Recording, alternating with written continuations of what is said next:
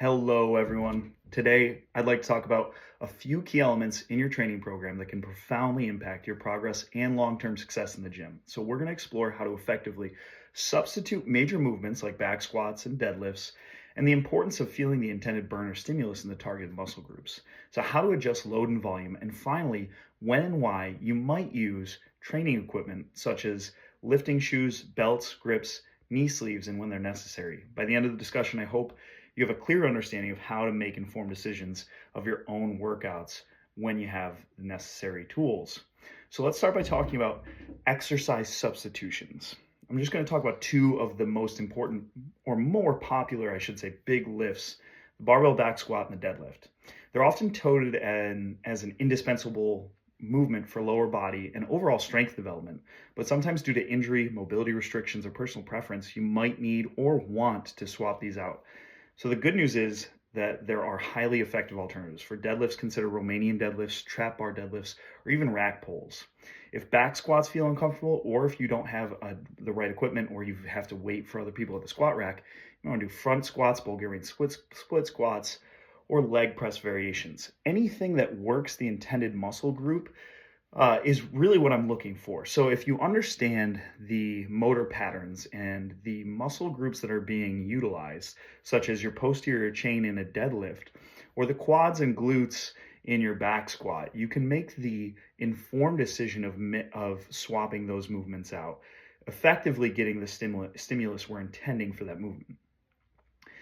If you are in a pickle where you don't have the equipment or you're in a hotel, you understand what the movement is, and you can do, instead of back squats, a dumbbell goblet squat, something like that of that nature, do that then. Overall, it's not going to affect the end result of our training program. It's basically the difference between saying you want to get from New York City to Austin, Texas, and you get to the airport and you just ask the flight attendant or the person at concierge what airline to take to get there. They're going to tell you whatever one's available. Essentially, it takes you to the same place. So it's the same thing with swapping out movements with the similar intended stimulus. Now, they'll get you the same results, but it's dependent on load, volume, and obviously how long you've been training that muscle group. So what truly matters is whether you're targeting that same muscle group and movement patterns. If an exercise is causing undue strain in an unintended area like your lower back, ask yourself, is my form correct? Am I targeting the right muscle groups? If not, it might be time to substitute that exercise or modify it until you can perform it properly. Definitely using a lighter load before you make that decision too.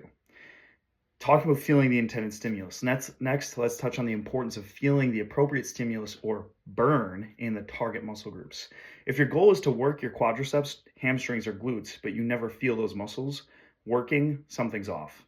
Often the culprit is improper form, technique. You might be squatting with your weight too far forward or deadlifting with a rounded back, shifting the tension away from the intended muscle group. That's going to cause pain or misalignment down the road. When you notice you're not feeling the work where you should, take a step back, reassess what's going on. First, make sure your form's correct. Record your form. If you don't record yourself or ask a friend to record yourself, you should be doing that to make sure you have the right intended stimulus of the motor pattern. Reduce the load. Sometimes weight can be too heavy, forcing your body to compensate by recruiting wrong muscles. Try a different variation of the muscle group. See if that doesn't cause any muscle pain and doesn't create any improper motor patterns for you. For instance, a hack squat might be a great alternative to a back squat, relieving the tension in the bottom of the squat, allowing you to go through range of motion. Remember, the goal is to stimulate your muscles, aiming that you're training. So if you're unsure, scale the weight back, record yourself, and yes, feel exactly where I'm supposed to feel this at the end of this movement. Load versus volume, the science behind it. So you've probably heard the terms load and volume thrown around the gym. Load refers to how much weight you're lifting. Volume refers to the total amount of work done. Typically, sets, reps, and weight break it down. When we're talking about weight, when you increase the weight on the bar, you increase the intensity of your lift. Lifting heavier can help develop maximal strength and stimulate muscle growth through greater mechanic tension. This is especially useful if your goal is to build significant strength and power. Volume, more sets and reps, is a key driver for hypertrophy, which is muscle growth.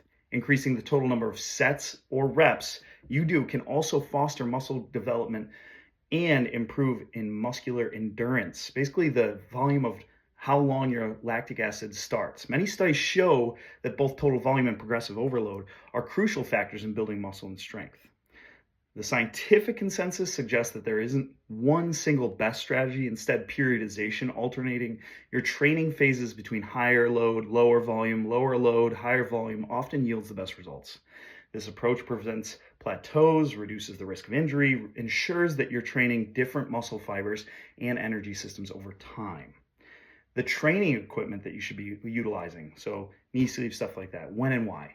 Let's talk about training equipment. Shoes, belts, grips, wraps, knee sleeves.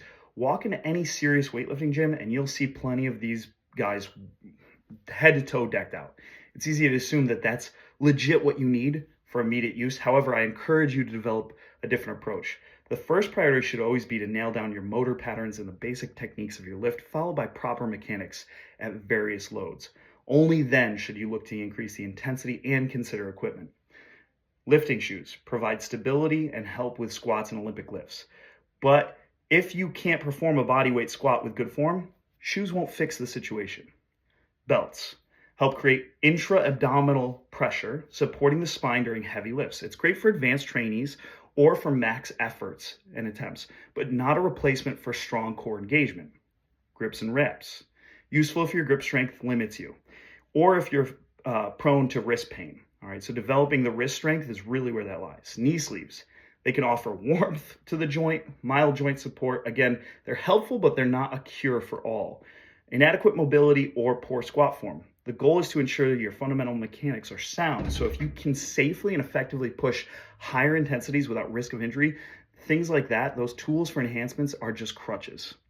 Bringing it all together, substitutions are perfectly fine. If you can't do conventional deadlift or back squat due to mobility, injury, or preference, there's always an alternative that can help you work those muscles effectively. Feel the targeted muscles. No matter what exercise you choose, make sure you feel the load in the intended area. Correct technique reduces the weight, or swap the movement if you're not getting the desired stimulus. Load versus volume. Both have a place in a well-rounded program. Heavier weights build strength and power. Higher volume can build muscle mass and endurance. Cycle through both approaches to keep your muscles guessing and growing. Equipment has its place, just develop the right motor patterns first. So training shoes, belts, wraps, knee sleeves, they're perfect for helping you, but that's just it.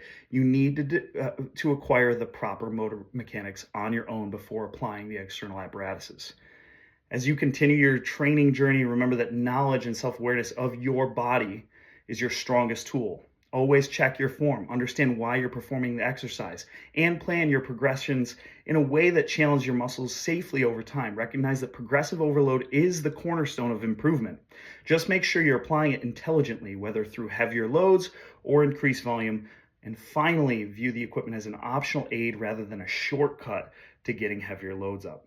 And if you keep these principles in mind, you'll not only get stronger, you'll train smarter, reduce your risk of injury, and maximize your long-term results. Thanks, guys, and make it a great week. I'm excited for all of you. Talk to you later.